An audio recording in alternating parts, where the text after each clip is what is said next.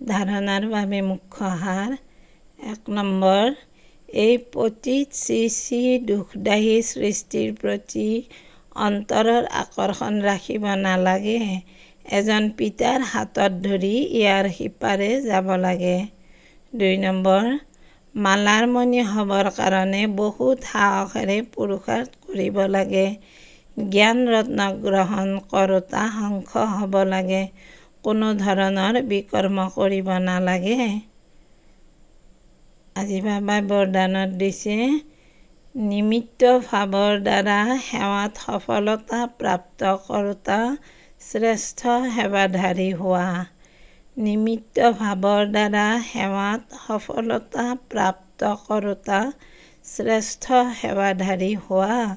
নিমিত্তভাৱে সেৱাত স্বতঃ সফলতা প্ৰাপ্ত কৰাই।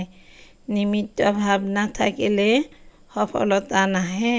শ্ৰেষ্ঠ সেৱাধাৰী অৰ্থাৎ পিতাৰ খোজে প্ৰতিটো খোজ দিওঁতা, প্ৰতিটো খোজ শ্ৰেষ্ঠ মতত শ্ৰেষ্ঠ কৰি তোলোতা।